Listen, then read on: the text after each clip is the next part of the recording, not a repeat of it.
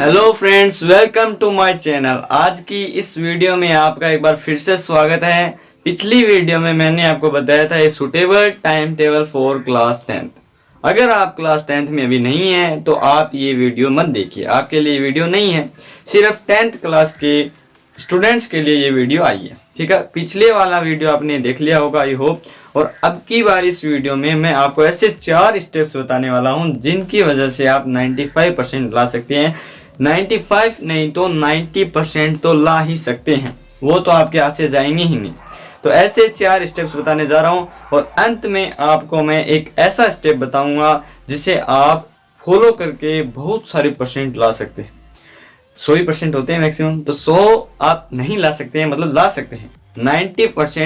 90% तो आप ला ही सकते हैं। कुछ ऐसे स्टेप्स हैं जिनको एवरेज स्टूडेंट भी फॉलो करके अबव 95 ला सकता है। ठीक है, तो बहुत ही बढ़िया वीडियो होने वाली है।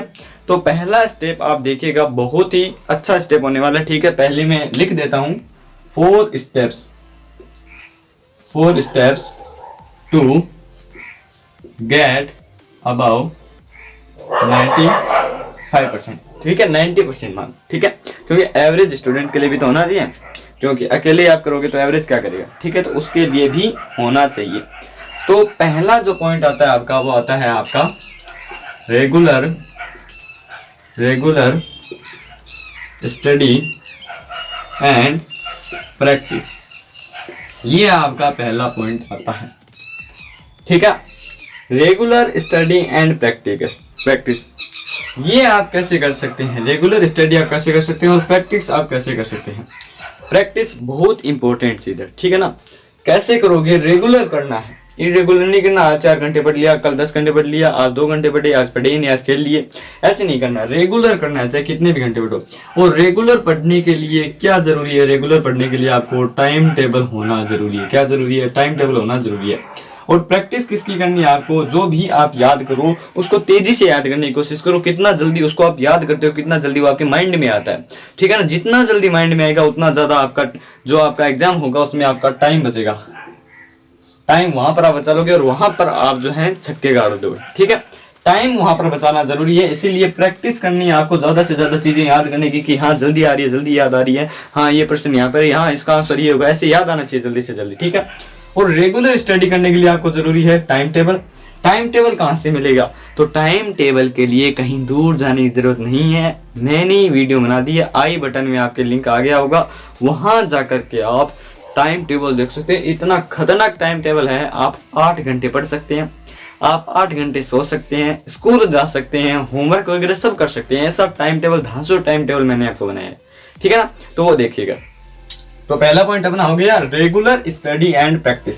प्रैक्टिस किस चीज की करनी है, उसका आंसर इतना होगा, उसका आंसर फटाफट याद आना चाहिए, धीरे याद नहीं आना चाहिए। अपने माइंड को ऐसा रवा कर लो, अपना तेज कर लो कि पेपर में या एग्जाम में आपका टाइम ज्यादा से ज्यादा बचे। जितना ज्यादा आप टाइम बचाओगे आपका उतना ही फायदा होगा, आपके नंबर उतने ही आपके पास आते जाएंगे। ठीक है, दूसरा जो आपका जो तरीका होगा ना, दूसरा जो आपका तरीका होगा वो खतरनाक तरीका होगा। दूसरा आपका टिप है राइटिंग प्रैक्टिस। ये तो भाई साहब बहुत जरूरी है। अगर ये कर ली ना, तो ये अगर आपका 50% बना रहा है तो ये आपका 25% और बना देगा। 25% आपका ये बना देगा। आप ऐसे मत करना कि मैं लिख कर याद चल गया, याद नहीं किया, तो वैसे नहीं बनाएगा। अगर आपने याद कर लिया, अगर आपने पूरा याद कर लिया तो भी आप पूरे नहीं बना सकते, क्योंकि कुछ स्किल्स चाहिए उसमें। ठीक है ना, कुछ स्किल्स चाहिए। उस स्किल्स में ये तो है पहला, ये पहला है अपना। ठीक है, याद करने वाली प्रैक्टिस चाहिए खूब। दूसरी ये प्रैक्टिस चाहिए, राइटिंग प्रैक्टिस। जितनी ज्यादा लिख के प्रैक्टिस करोगे ना, कि जितना जल्दी मैं लिख सकता हूँ, कितना जल्दी 5 मिनट में मैं कितनी लाइनें लिख सकता हूँ। और आपका जो एग्जाम होता है वो मैक्सिमम 3 ओवर का होता है, अन्य बोर्ड में जो है 2.5 ओवर का होता है। ठीक है, और मैक्सिमम जो है वो 3 ओवर का ही होता है। ठीक है, कोई भी एनी बोर्ड हो उसमें जो मैक्सिमम जो बोर्ड का पेपर होता है वो 3 ओवर का होता है। ज्यादा हो सकता है लेकिन नहीं होता है। ठीक है ना, तो 3 ओवर के अंदर आपको कितने क्वेश्चन करने पड़ते हैं, most of the all 30 question करने आपको पड़ती है। 30 क्वेश्चन करने के लिए कुछ बड़े होते हैं, कुछ छोटे होते हैं, कुछ में टाइम बच जाता है, कुछ में टाइम लग जाता है। ठीक है, तो सोशल साइंस में तो लगता ही लगता है। ठीक है, तो राइटिंग प्रैक्टिस आपको करना जरूरी है कि 1 मिनट के अंदर आप कितनी लाइनें लिख रहे हो हिंदी के अंतर्गत, तो खास आपको ये राइटिंग प्रैक्टिस करनी पड़ेगी। आपको कोई ऑप्शन ही नहीं है इसका, करनी पड़ेगी ही, करना ही पड़ेगा।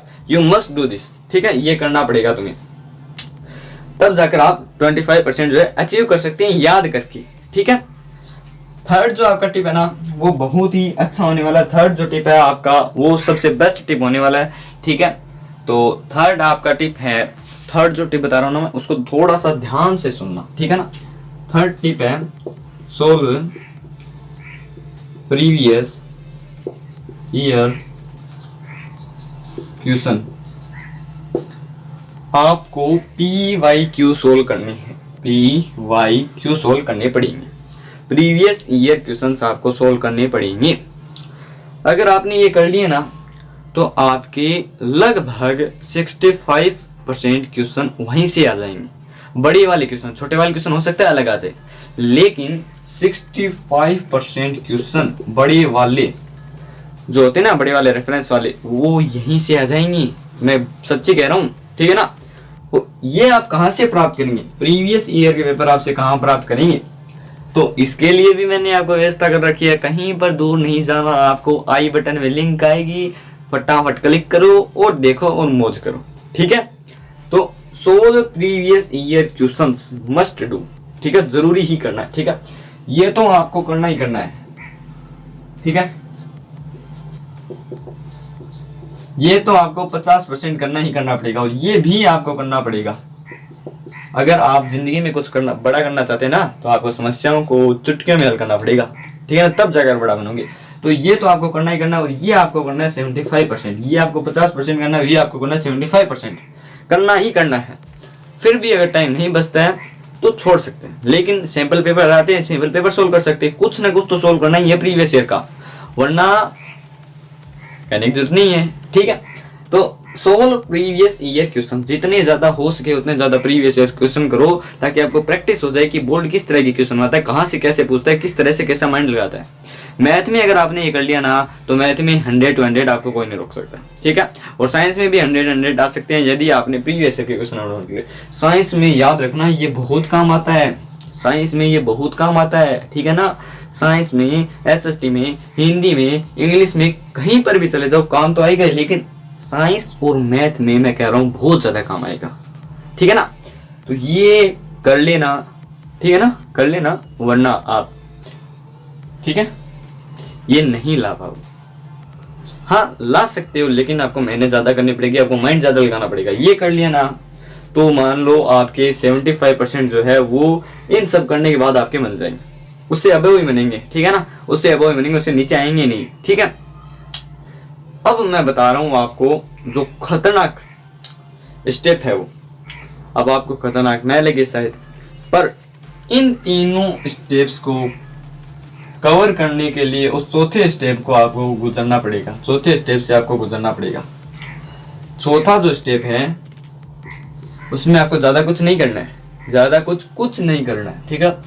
इन तीनों स्टेप्स और अपनी स्टडी को लगातार कंसिस्टेंसी बनाने रखने के लिए वो चौथा जो है वो है आपका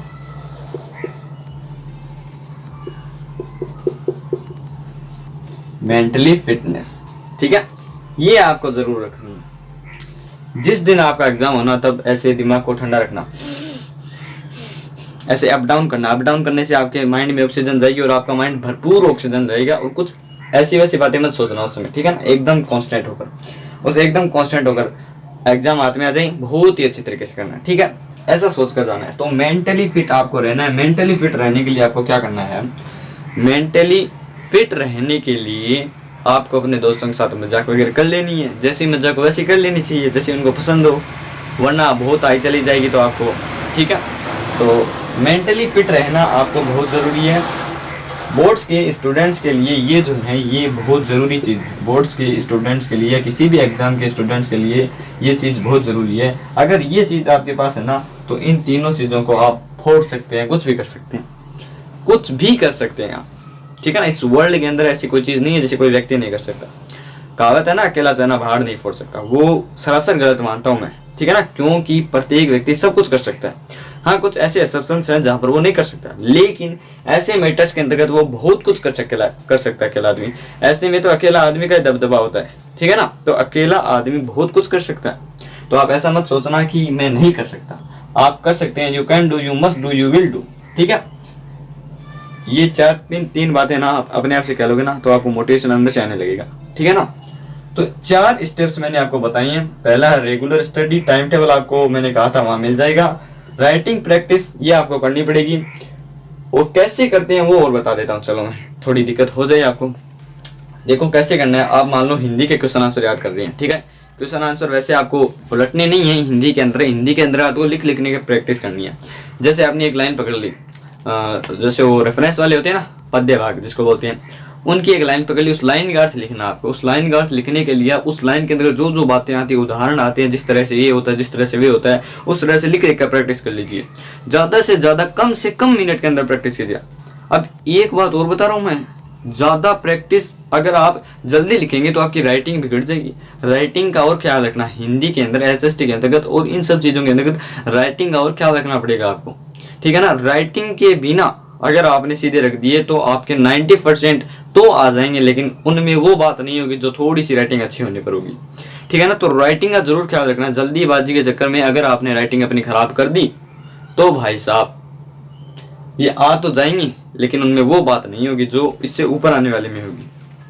तो राइटिंग का थोड़ा सा ख्याल रखना, और इन 4 स्टेप्स को आपको फॉलो करना है। ये इसमें ज़्यादा कुछ फॉलो करने की जरूरत नहीं है। इसमें आपको क्या करना है, इसको करने के लिए मैं बताता हूँ आपको। मैंने जो आपको टाइम टेबल बताया था उसके अंदर मैंने थोड़े से आराम दिया था, ठीक है। 30 मिनट्स का और 30 मिनट्स का 2 मैंने आपको गैप दिए थे, और वैसे आप गैप ले सकते हैं 5 मिनट के अंतर्गत।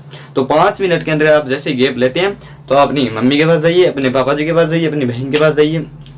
मम्मी से आप छड़ी कर नहीं सकते, बहन से आप छड़ी कर सकते हैं, उससे ऐसे ऐसे बदमाशी कर सकते हैं, तो आपका माइंड क्या हो जाएगा, फ्रेश हो जाएगा।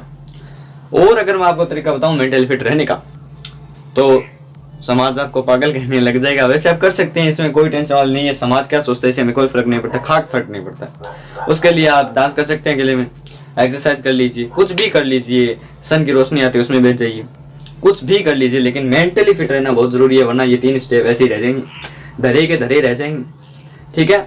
तो I hope you like this video and subscribe my channel, please subscribe my channel. ऐसी वीडियो मैं बहुत बनाऊंगा। अब जैसे जैसे बोर्ड्स के पेपर आएंगे वैसे वैसे मैं बहुत सारी ऐसी वीडियो लाऊंगा जिससे आपको हेल्प मिलेगी, ठीक है ना, इंप्रूवमेंट मिलेगा। क्योंकि माइंड फोकस होना जरूरी है पेपर में। वो 3 घंटे इंपॉर्टेंट होते हैं, 3 6 3 18 घंटे। 18 घंटे जिंदगी को इम्पोर्टेंट बना देते हैं। 10th में अगर आपके अच्छे परसेंट आ जाते हैं तो आपका एक स्टैंडर्ड निर्धारित हो जाता है कि हाँ ये स्टैंडर्ड ये बच्चा स्टैंडर्ड का, ठीक है ना। तो ये 18 घंटे आपके लिए बहुत इंपॉर्टेंट है, ठीक है ना। ये 18 घंटे बहुत इंपॉर्टेंट है। इनमें हर एक पल एक एक सेकंड आपका इंपॉर्टेंट है। अभी आप जैसे एक सेकंड बिता रहे हो ना, एक सेकंड यूट्यूब पे, व्हाट्सएप पे, इंस्टाग्राम पे, फेसबुक पे, इन सब पे बर्बाद कर रही हो ना, इन सब का एक मिनट का एक सेकंड का आपको हिसाब चुकाना पड़ेगा। अभी आपको समझ में नहीं आएगा, लेकिन जिस दिन आएगा ना, समझ जाना बहुत खतरनाक पछतावा होगा, ठीक है। जिंदगी में 2 ही दर्द होते हैं, एक होता है पेन ऑफ रिग्रेट, एक होता है पेन ऑफ डिसिप्लिन। जो इसको सह लेता है वो इसको नहीं सहता, जो इसको सह लेता है वो इसको तो सहता ही नहीं है, फिर तो यही सहना पड़ता है, ठीक है ना। तो ये बातें याद रखना और 4 स्टेप्स को फॉलो करना, ठीक है।